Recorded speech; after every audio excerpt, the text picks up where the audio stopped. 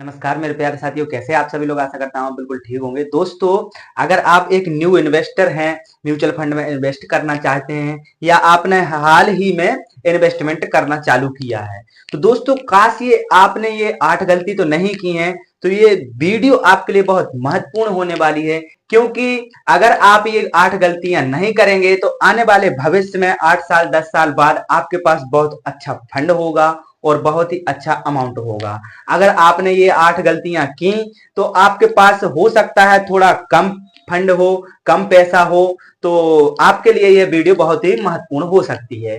तो चलिए अपन शुरू करते हैं और लास्ट तक देखते हैं कि कौन कौन सी गलतियां हैं और क्या क्या गलतियां हमें नहीं करना चाहिए। अगर आपके लिए यह वीडियो बहुत वैल्यूबल हो तो वीडियो को लाइक जरूर कर दें। चलिए दोस्तों शुरू करते हैं। दोस्तों, मैं मान लेता हूं कि आपकी हाल ही में एक जॉब लगी है और आप आपकी सैलरी के अनुसार डिसाइड नहीं कर पा रहे हैं कि मैं कितने की एसआईपी स्टार्ट करूं। तो दोस्तों, सबसे पहले आपको बजट बनाना है। बजट कैसे बनाना है, मैंने कई वीडियो बनाया है कि बजट कैसे बनाते हैं। तो उसमें से आपको 15 से 20% आपको इन्वेस्टमेंट करना है।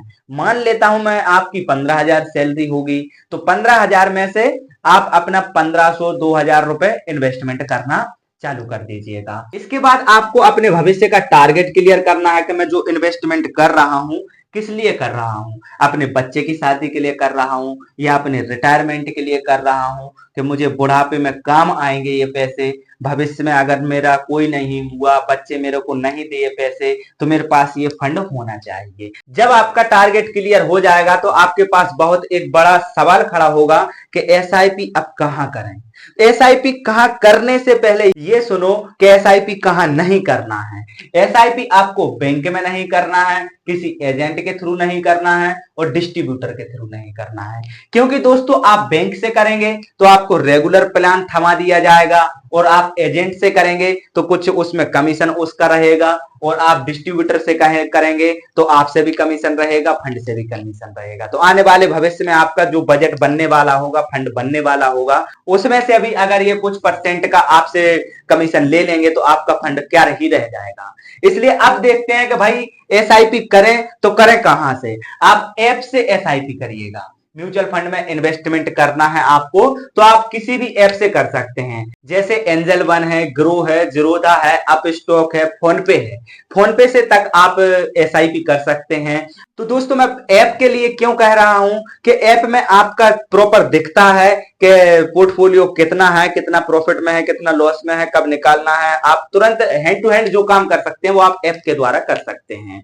चलिए दोस्तों आगे बढ़ते हैं कि अब भाई एसआईपी करने के लिए हमें जगह तो मिल गई कि कहां से करना है, ऐप से करना है कि बैंक से करना है, लेकिन अब बात आती है फंड सिलेक्शन की। तो दोस्तों, जब आपके पास फंड सिलेक्शन की बात आती है तो आप कैटेगरी वाइज फंड सिलेक्शन करिएगा। जैसे आपको large cap, mid cap, small cap. Large cap में आप एक फ्लेक्सी कैप रख सकते हैं, एक आप मिड कैप से फंड ले लेंगे, एक आप स्मॉल कैप से फंड ले लेंगे। अगर आपके पास थोड़ा भी पैसा ज्यादा है तो आप एक सेक्टोरियल फंड ले लेंगे। दोस्तों, सेक्टोरियल फंड से, थेमेटिक फंड से आप ज्यादा रिटर्न की आशा नहीं करना, क्योंकि वहां से 10 से 12% का रिटर्न मिल जाए वही अच्छी बात होती है। मिलने को तो बहुत ज्यादा भी मिल सकता है, लेकिन 10 से 12% की अपन को आशा करनी है कम से कम। ठीक है दोस्तों, अब इसके बाद आता है कि फंड सिलेक्शन हो गया। इसके बाद फंड का बेंचमार्क कैसा है, जैसे फंड का परफॉर्मेंस कैसा है 10 साल 15 साल से। अगर कोई फंड है, स्मॉल कैप है, मिड कैप है या लार्ज कैप है, तो उसका जो बेंचमार्क होगा, बेंचमार्क मतलब वो किसको फॉलो कर रहा है, किस इंडेक्स को फॉलो कर रहा है, उससे कितना ट्रैकिंग एरर है, थोड़ा है, 2% है, 0.1% है, कितना ट्रैकिंग एरर है। कम से कम ट्रैकिंग एरर होगा तो आप उस फंड में इन्वेस्टमेंट कर सकते हैं। अब आपको पास्ट परफॉर्मेंस देखकर हम ये डिसाइड कर सकते हैं कि फंड का मैनेजर कैसा काम कर रहा है और आने वाले भविष्य में कैसा काम करके हमको रिटर्न प्रोवाइड कर सकता है। तो दोस्तों, पास्ट परफॉर्मेंस देखकर हमें फंड के मैनेजर का पता लग जाता है कि फंड का मैनेजर कैसा काम कर रहा है और कैसे आगे आने वाले भविष्य में काम करेगा। देखो दोस्तों, अगर आप किसी एप्लीकेशन में कर रहे हैं, एसआईपी इन्वेस्टमेंट कर रहे हैं, तो वहां पर भी आपको ग्रोथ प्लान सिलेक्ट करना है। ये आप गलती बिल्कुल भी ना करें। अगर वहां पर भी आप रेगुलर प्लान कर देंगे तो रेगुलर प्लान में एक्सपेंस रेशियो भी थोड़े ज्यादा होते हैं और वहां पर चार्जेस वगैरह भी थोड़े ज्यादा होते हैं और वहां से आपको थोड़ा कम रिटर्न देखने को मिलेगा दोस्तों। इसलिए आपको, अभी आप नई एज में हैं, 20s की एज में हैं, अगर आप 25 की एज में हैं तो आप ग्रोथ प्लान सिलेक्ट करिएगा, वो भी लंबे समय के लिए, जिससे आप अपने पैसे को अच्छा ग्रो कर सकते हैं। चलिए दोस्तों आगे बढ़ते हैं। नंबर 5 वाली जो गलती है वो है पोर्टफोलियो ओवरलैप स्टॉक। दोस्तों आपको अपने पोर्टफोलियो में ऐसे फंड सिलेक्ट नहीं करना है जिस फंड में बहुत सारे स्टॉक हर फंड में हो। मतलब आपने एक मिड कैप कर लिया तो उसमें भी 10-20 स्टॉक वही हो, और अगर आपने स्मॉल कैप कर लिया तो उसमें भी 10-20 स्टॉक वही के वही हो। ऐसा आपको कोई सा भी फंड सिलेक्ट नहीं करना है, क्योंकि आने वाले भविष्य में अगर वो 10-20 में से 5 स्टॉक नहीं चले तो हमारे दोनों फंडों में लॉस होना दिखेगा। हाँ, हालांकि ऐसा है कि दूसरे फंड चलेंगे, लेकिन 5 के 5 वो नहीं चलेंगे तो वहां से हमारा थोड़ा मिस्टेक हो जाएगा और थोड़ा पैसा कम बनेगा। तो हमें ये डाइवर्सिफाई करना है कि ओवरलैप हमारा पोर्टफोलियो ना हो। ये चेक करने के लिए आप गूगल पे ओवरलैप पोर्टफोलियो सर्च करें, बहुत सारी वेबसाइटें हैं, वहां से आप अपना पोर्टफोलियो चेक कर सकते हैं कि ओवरलैप है या नहीं है। तो दोस्तों अगली जो गलती करते हैं वो डाइवर्सिफाई पोर्टफोलियो नहीं बनाते हैं लोग।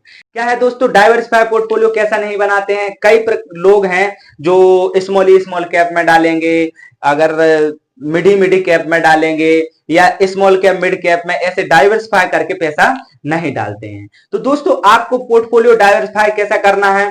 आपको एक लार्ज कैप ले लेना है या फ्लेक्सी कैप ले लेना है, या आपको एक मिड कैप ले लेना है, एक स्मॉल कैप ले लेना है, आपके रिस्क एपोटाइट के हिसाब से। अब बाकी आपके ऊपर डिपेंड करता है दोस्तों कि आप स्मॉल कैप में ही इन्वेस्टमेंट कर सकते हैं।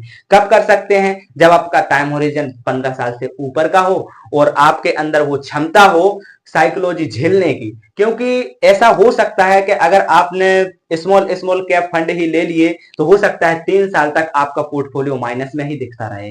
तो आपके पास वो क्षमता होनी चाहिए कि वॉलेटिलिटी देखने की। माइनस में अगर पोर्टफोलियो जा रहा है तो कोई दिक्कत नहीं है, आप फिर भी इन्वेस्टमेंट करते जा रहे हैं। तो ये आपके पास क्षमता हो तो आप बिल्कुल स्मॉल कैप ही ले सकते हैं, मिड कैप ले सकते हैं। नहीं तो मैं कहूंगा कि डाइवर्सिफाई पोर्टफोलियो लेना है। यहीं पर दोस्तों अगर आपकी सैलरी में भी इंक्रीज होता है 5 साल 10 साल बाद, तो अपनी एसआईपी में, अपने इन्वेस्टमेंट में भी आपको इंक्रीज करते रहना है। अगर आप इंक्रीज नहीं करेंगे तो क्या होगा कि वही अमाउंट बनेगा। अगर आप हर साल की 5 से 10% अपने एसआईपी में इंक्रीज करते रहेंगे, स्टेप अप एसआईपी करते रहेंगे।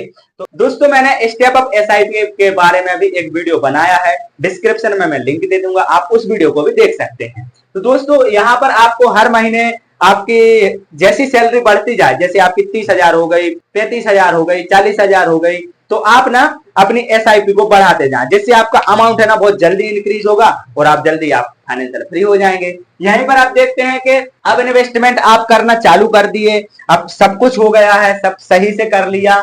तो दोस्तों आपको इन्वेस्टमेंट करने के बाद कहीं ना कहीं से कॉल आएगा, मनी गारंटी प्लान बैंक से आ सकता है, चिल्ड्रन प्लान आ सकता है। दोस्तों आपको ऐसे प्लान बिल्कुल नहीं लेना है, क्योंकि ये प्लान गारंटेड नहीं होते हैं और यहाँ से कुछ अच्छा खासा रिटर्न भी नहीं प्रोवाइड होता और उनके पे कमीशन अलग लगता है।